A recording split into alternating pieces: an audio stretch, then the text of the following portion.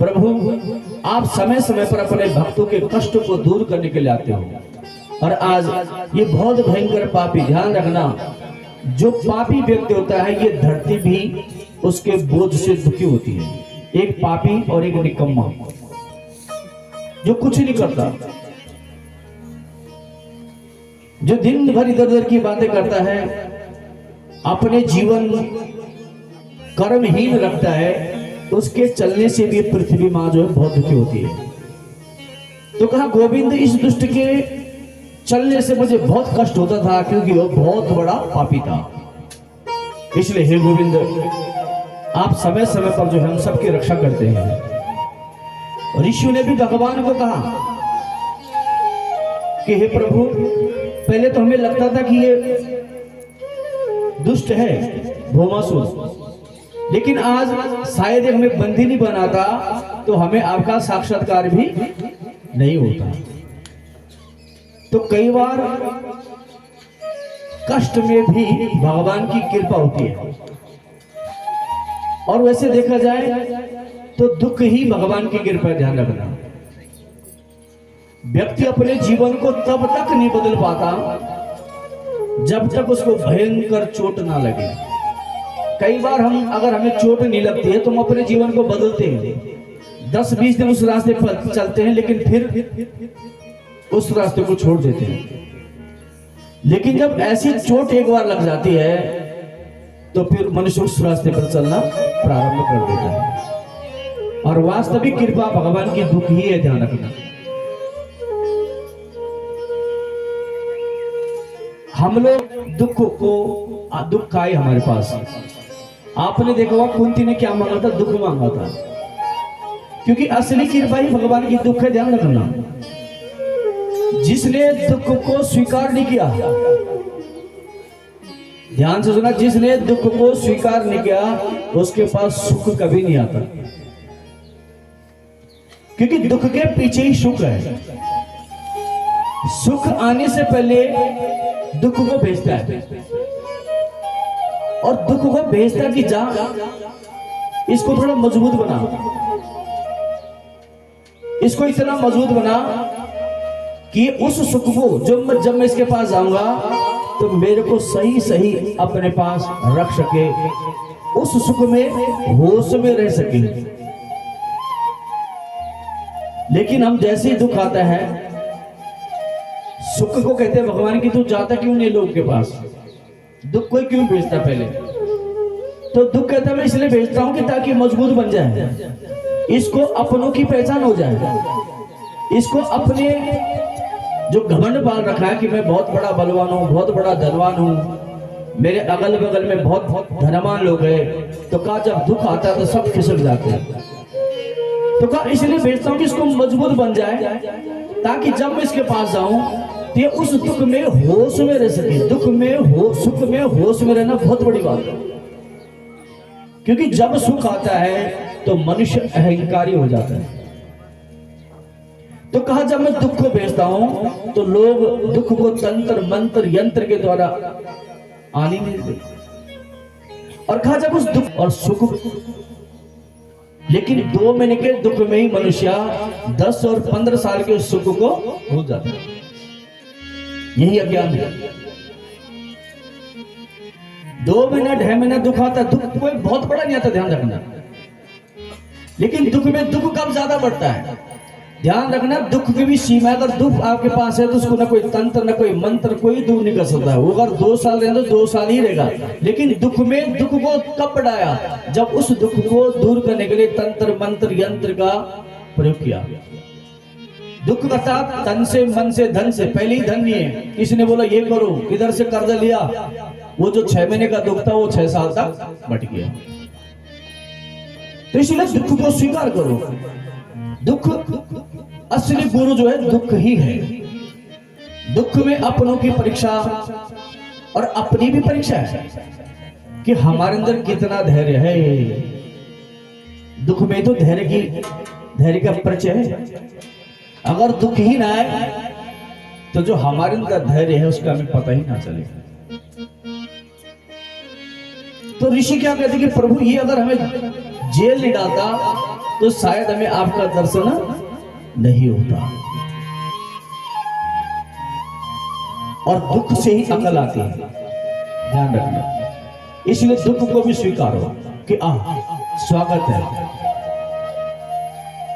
और इस कलयुग में दुख वैसे उसी को मिलता है जिसको भगवान बड़ा बनाना चाहते हैं, जिसके द्वारा कुछ कराना चाहते हैं। क्योंकि अगर बड़ा कार्य करना हो तो बड़ा दुख मिलता है, जीवन में बड़ा संघर्ष होता है, ताकि ये मजबूत बना रहे। इन समस्त स्त्रियों को भी बंधन से मुक्त किया और सभी स्त्रियों ने भगवान को प्रणाम किया।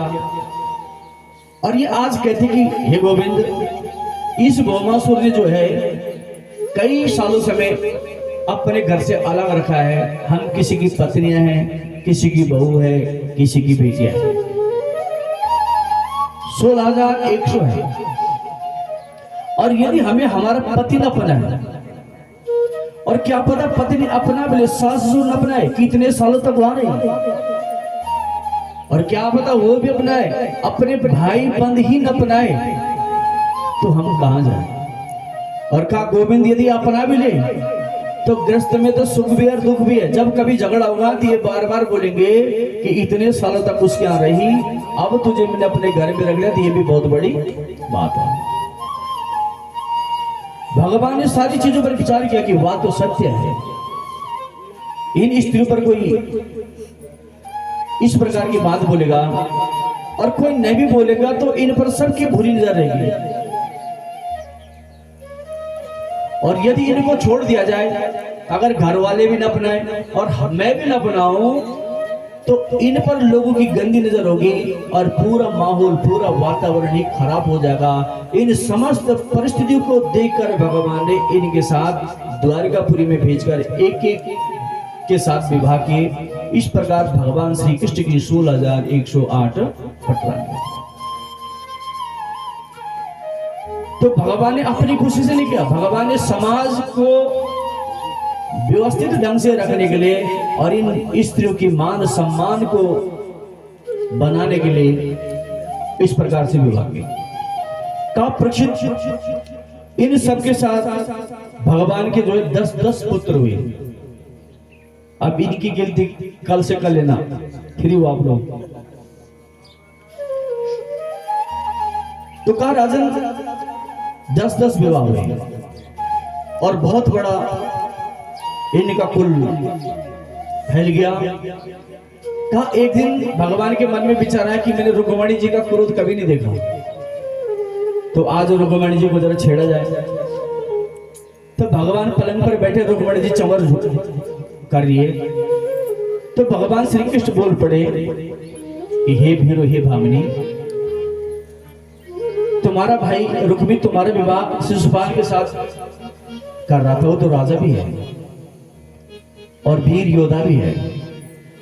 यदि तुमने जल्दीबाजी में विवाह का निर्णय लिया तो तुम अभी जा सकते हो। देखो मैं तो कहीं का राजा भी नहीं हूं और मेरे तो माता पिता का भी अता पता नहीं है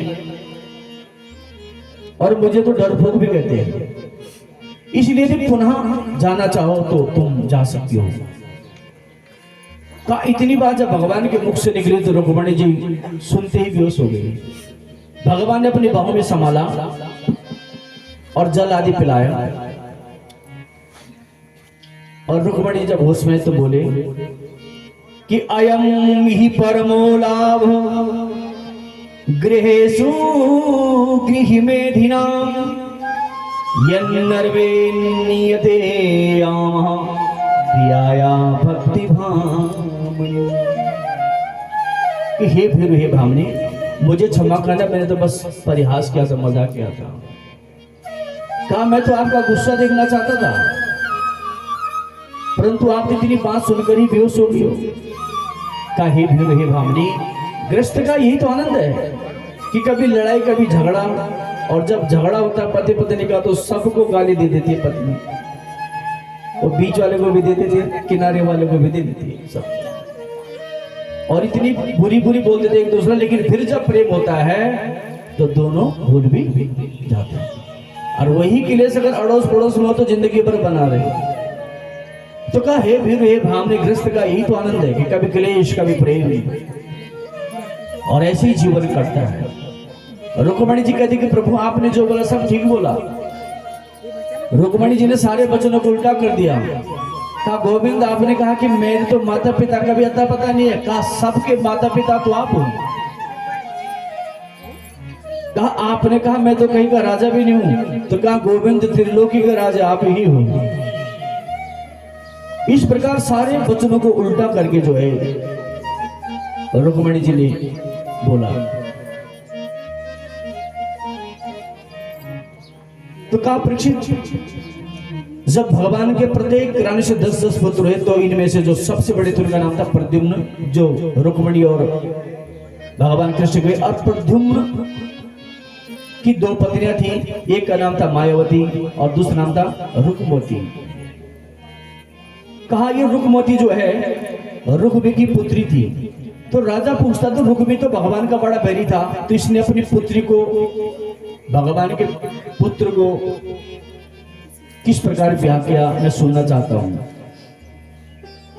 सुखदेव जी कहते हैं कि राजन प्रद्युम्न जो है भगवान के जैसे था सौंदर्य में और मूर्तिमान कामदेवी था। तो प्रद्युम्न के सौंदर्य पर स्वयं रुक्मी की पुत्री रुक्मती रीछ कर जो है स्वयंवर में बरमाला डाल दी। अब जब इसने प्रद्युम्न को बरमाला डाल दी तो रुक्मी को क्रोध आया, लेकिन रुक्मी ने भी विचार किया कि भाई कृष्ण के साथ मेरा पहले ही बैर हो रखा है बहन के चक्कर में, अब रिश्ता तो ही गया, मेरी बहन को उठा के ले ही गया था, तो इससे अच्छा यही ठीक रहेगा कि अब उस बैर को दूर करने के लिए अपनी बेटे को खुशी खुशी विदा कर दे। और इसने अपनी बेटे को जो है प्रद्युम्न को सौंप दिया। परंतु कुछ समय बाद का इसने अपनी पौत्री, इसकी पौत्री का नाम था रोचना, और इसने रोचना का विवाह भी जो है प्रद्युम्न का पुत्र अनिरुद्ध, और इसने रोचना का विवाह जो है अनिरुद्ध से कर दिया। तो कहा परीक्षित, जब अनिरुद्ध का विवाह रोचना के साथ किया तो उस समय द्वारिकापुरी से जो बारात गई थी भोजगढ़ देश गई, और उस समय जो बारातें जाती थी तो कम से कम 4-5-7 दिन खूब टकार मार के आती थी। तो जब द्वारिकापुरी से भोजगढ़ देश से बारात गई, बोला कि हमारे साथ थोड़ा जुआ खेलो, और बलराम जी तैयार हो गए। जब बलराम जी तैयार हो गए तो बलराम जी एक बार जीते, लेकिन ये सब राज इकट्ठे होकर मिलकर बोलते कि नहीं तुम नहीं हम जीते। एक बार उनकी जीत को पराजित कर दिया, दूसरी बार तीसरी बार जब बार बार बोलते गए तो एक बार आकाशवाणी के द्वारा पता चला कि नहीं बलराम जी जीत रहे हैं, ये झूठ बोल रहे हैं। लेकिन इन लोगों ने उस आकाशवाणी का भी अनादर कर दिया, और जब आकाशवाणी का भी अनादर किया तो अब बलराम जी को बड़ा क्रोध आया, और बलराम जी को जब क्रोध आता तो बहुत ज्यादा भयंकर आता है। तो बलराम जी ने तुरंत उठाया अपना मुदगर और आग बबूले हो गए, और रुक्मी के साथ अन्य जो राजा थे सबको समाप्त कर दिया, और फिर वहां से बारात वापस आई सुंदर ढंग से, और द्वारिकापुरी में फिर स्वागत आदि हुआ। तो बोलो कृष्ण भगवान की जय।